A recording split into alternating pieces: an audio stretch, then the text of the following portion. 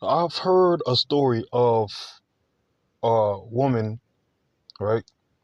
A woman who boarded an airplane and she was overwhelmed by the Spirit of God. She kept praising and kept jumping up and down the aisle. People was looking at her like she's crazy.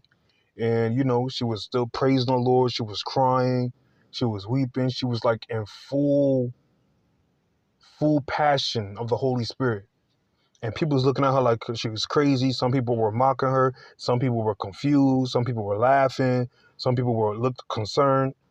And while she was doing that, she delayed the plane taking off, because she was her antics. It delayed the plane from taking off.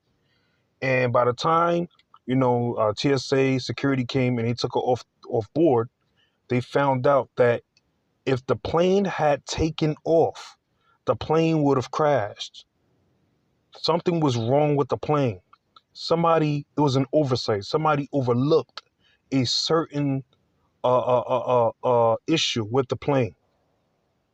That plane would have taken off and everybody would have perished.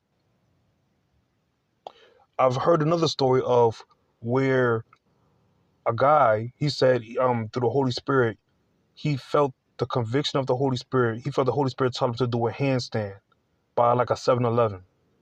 He did it, and the guy that was in the 7-Eleven said that he told God, if you're real, I want someone to do a handstand by the 7-Eleven. If not, I will go home and blow my brains out. I say this to tell you that, listen, we are not God. We don't know the past, present, and future. We don't know what's past the future. So with that being said, God knows everything. The Spirit of God knows everything. We have the Holy Spirit. No matter how you feel, listen to the Holy Spirit. And I'm not talking about the little small voice in your head. Listen. Perceive the difference between your voice, the devil's voice, and the voice of God. Listen to the voice of God, because you may be saving a life. You may be helping somebody. Learn to discern the voice of God from your voice. Learn to discern the voice of God from the enemy's voice.